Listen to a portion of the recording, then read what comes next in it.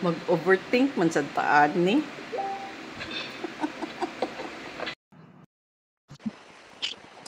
Hi.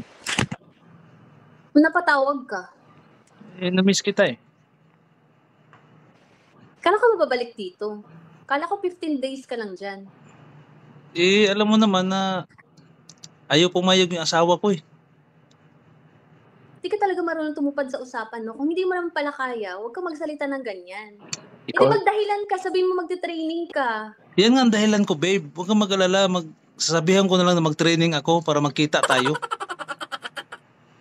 Yan ka na naman eh, paulit-ulit na lang yung ganyan, nakakapagod na. Babe naman, para ka namang... nandito po yung asawa ko eh.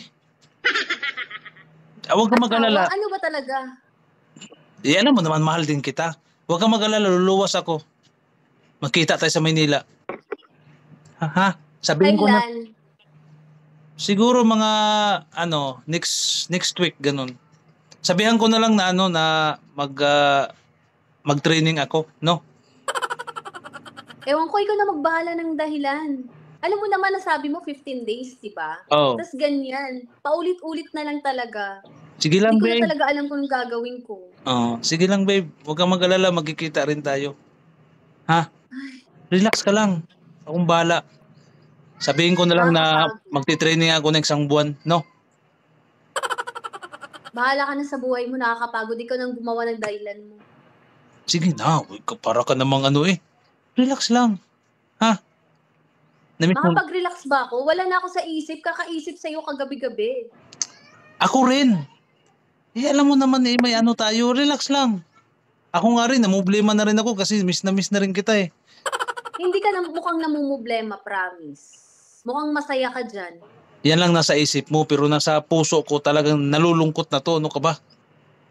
Ay, dyan ka na lang kaya. Huwag ka nang bumalik Hindi. dito. Next week, ha?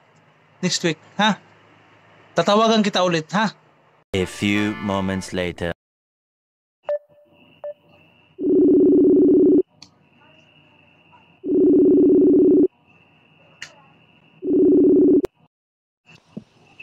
Hello, babe. Babe, Napatawag ka.